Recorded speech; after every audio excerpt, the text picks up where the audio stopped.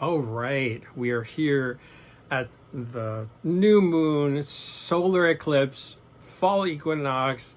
A lot happening. I usually write about this stuff, but there's so much going on that I feel like I'm going to try to make a video instead.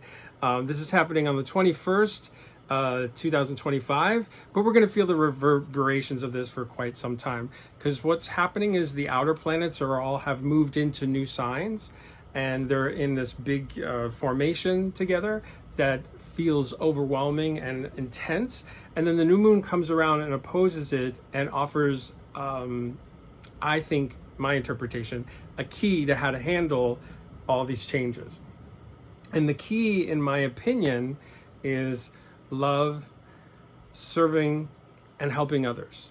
All right, so let me dig into that and try to parse out how I've seen this. First of all, you could see videos or articles on the outer planets moving into new signs all over the place. Astrologers are talking about this nonstop. So I'm going to try to be really brief here. I want to go deep, but I also don't want to go too long, because this video would be like an hour long, and I don't want that. So first of all, we have the outer planets moving into other signs. We have Pluto moved into Aquarius. We have Uranus moved into Gemini, and Neptune moved into Aries. And so each of those things makes a shift. If we just had one outer planet making a shift into a new sign, we would feel that. But this is like immense. And it's not just that they're happening on their own, they're happening all together, and they're forming what's called a minor grand trine, which means that Pluto is trining Uranus, and they're both sextiling Neptune. What does that mean? That the changes that are going to be really intense for all of us, for not just for us as individuals, but on a worldwide scale, can actually be beneficial. So first of all, we have Pluto moved from Capricorn to Aquarius. The last time Pluto was moving from Capricorn to Aquarius was during the Revolutionary Wars, the French and American Revolution. And so it's a time when there's a shift from the shadow of Capricorn, which is a lot of greed and injustice and achievement, just like pushing other people out of the way, to Aquarius, where we start to have more technology that hopefully will help people, but we'll see the shadow of that is also that the technology can harm others as well. So we're already seeing that with AI as it's coming in. But there's a shift from the self to the focus on the self, and to the focus on humanity. And so we start to have ideas of, like, instead of asking ourselves, what am I getting out of it? What's in it for me? The shift is starting to be like, how is this good for the world? How is this good for humanity? How is this good for my community? So that shift is happening with Pluto. Pluto is interested in power and transformation. So then we have Uranus, which is the iconoclaster, which is kind of breaks things down. It's been in Taurus for a while, so it's been like screwing around with money and values. And now it's moved into Gemini, where it starts to shift the way we think and communicate, and challenges that. So the last time that Uranus was in Gemini was the World War II. And the time before that was the American Civil War. And the time before that was the Revolutionary Wars. So we're getting a theme here. So Uranus wants to break things down. So I already said that it also wants to, like, shift the way we think, the way we communicate, and also humor. So we're already starting to see this now with, like, the government being like, comedians aren't funny, they could take them off the air, that kind of stuff is happening. So there's going to be some pushback from that, that's not going to work. But that's an interesting way for the Uranus to manifest in Gemini right now. And then they're both sextile, Pluto and Uranus are sextile Neptune, which just moved into Aries. So Neptune and Aries, Neptune is sort of like this dreamy, connected on the subconscious level, spiritual. This planet is concerned with those things, dissolving things. And then it's in Aries, which means there has to be a fresh start. So the things that no longer work, the things that really no longer serve humanity, have to be really disintegrated right now. And that's what Neptune going into Aries is.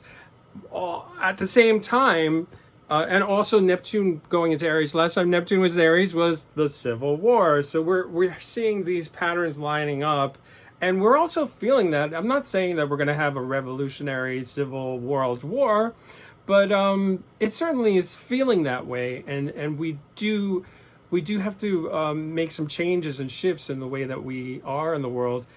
Otherwise, we could end up having that kind of thing happen. So this Neptune in Aries kind of brings a lot of like intense warrior energy, like the spiritual warrior, and may bring some delusion, may bring some people being manipulated by untruths and fighting like a holy war kind of thing. So that's what's happening. Then we have Saturn, which is conjunct Neptune right now and going to be there for the next year. And that's kind of like trying to control this like change that's happening. So we're seeing like all over the world, we're seeing governments that are trying to be dictators, governments that are trying to keep out foreigners and keep out change, and and spreading fear about that. So that's what those outer planets are doing right now. So then we have this new moon solar eclipse happening Sunday, and that's happening at the 29th degree of Virgo, which is opposite the Saturn Neptune in Aries, right? So it's 29 degrees Virgo, and that degree of Virgo, and that Virgo is the new moon. Virgo is a lot about service and doing what's right. And then also Mercury is conjunct that too in Libra, so it's about balance and being in relationship. So what happens is you have this new moon with conjunct new moon solar eclipse conjunct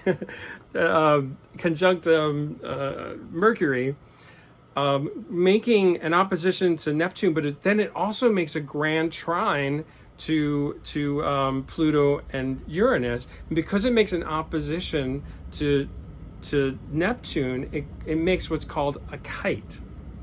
So that's a grand trine with an opposition to one point. And a kite will, the grand trine is actually very beneficial, right? This is why I'm saying there's a key, there's a message here, there's some help, there's a guidance of where to focus our intentions. And then we have the opposition to the Neptune Saturn making a kite. And a kite will take all that energy of the trine and put it towards that opposition point. So all of this energy is just kind of challenging the Neptune Saturn conjunction in Aries, which I actually think this is my humble or not so humble opinion, I actually think that this here is trying to break down the Saturn Neptune in Aries. For me, symbolizes patriarchy, or maybe in general, the idea that anyone is superior to anything or anyone else. So I think that this moment right now is about the end of that, and knowing that really never served and will no longer serve.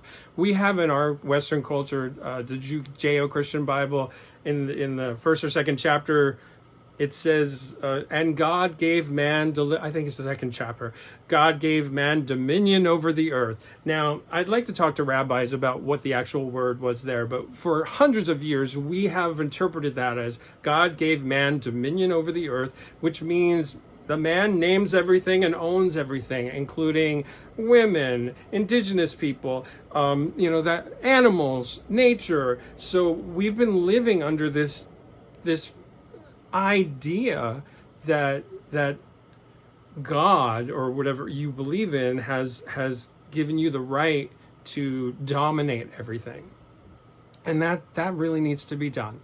So that doesn't work for anyone, including the person who's dominating. It just creates hatred, fear, anger. It's been used to be colonialism and imperialism all over the world, and it's really kind of screwed things up a lot. And I think at this moment of quote unquote wokeness is us realizing that doesn't work. That does not work.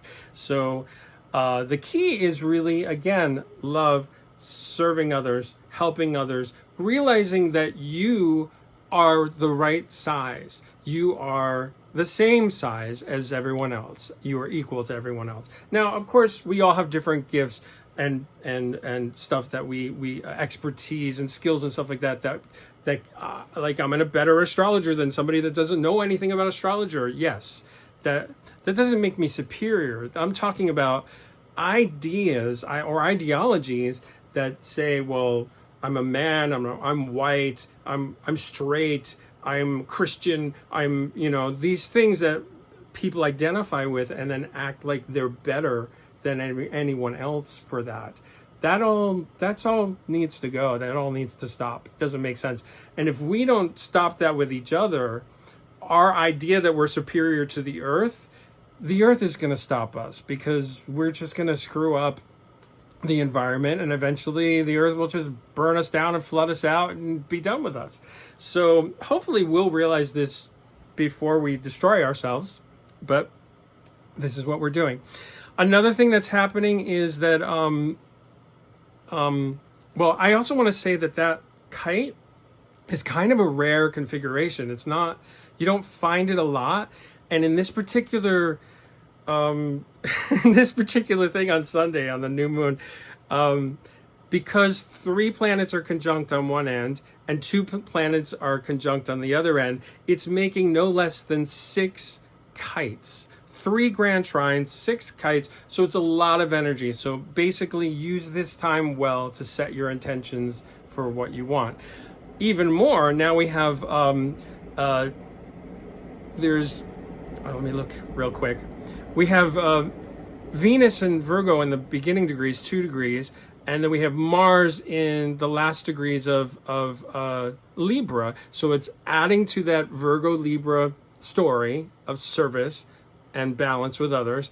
And then they're making what's called a finger of God towards the Saturn-Neptune conjunction. They're making 2 of them because there's a conjunction. But not just that. Well, let me explain what that means first. That means the energy of Venus and Mars, which is all about love, passion, desire, sex, and even war.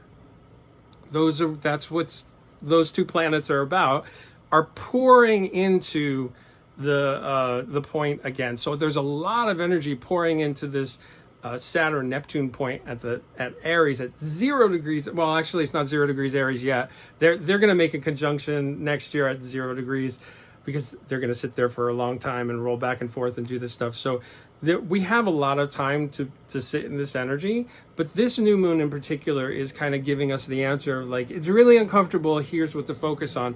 And again, it's passion and love and actually war. So standing up and fighting for what's right, pouring down into that. So that's making 2 finger of gods that way. And then because there's sextiles to Pluto and Uranus, the Pluto, Saturn, Neptune makes a finger of God towards Venus, or 2 fingers of God towards Venus. And then the Uranus, Saturn, Neptune makes a 2 finger of gods towards Mars. So again, fingers of gods are a very rare, kind of very intense focus, and there's no less than 6 of them at this new moon eclipse. That's absolutely incredible. You could hear why I didn't want to write this down, because it's almost just too much. It's almost too much to even talk about in this video. So just gonna break this down into the simplest terms. There's a lot going on. Things are shifting. It feels overwhelming for everyone. This new moon is the time to focus on how would you like to be in this world at this time. Do you want to choose love? Do you want to choose fighting? Do you want to choose serving others? You're free to make whatever choice you want, but the new moon right now is kind of suggesting to choose love. So, or That's my interpretation of what's happening at this new moon. So, folks, if you would like to look at this in your own chart, get in touch with me. I do astrological readings. I usually read for an hour the natal chart and transits. I'd be happy to tell you how this is actually absolutely interacting in your chart. So other than that, good luck and enjoy the fall equinox.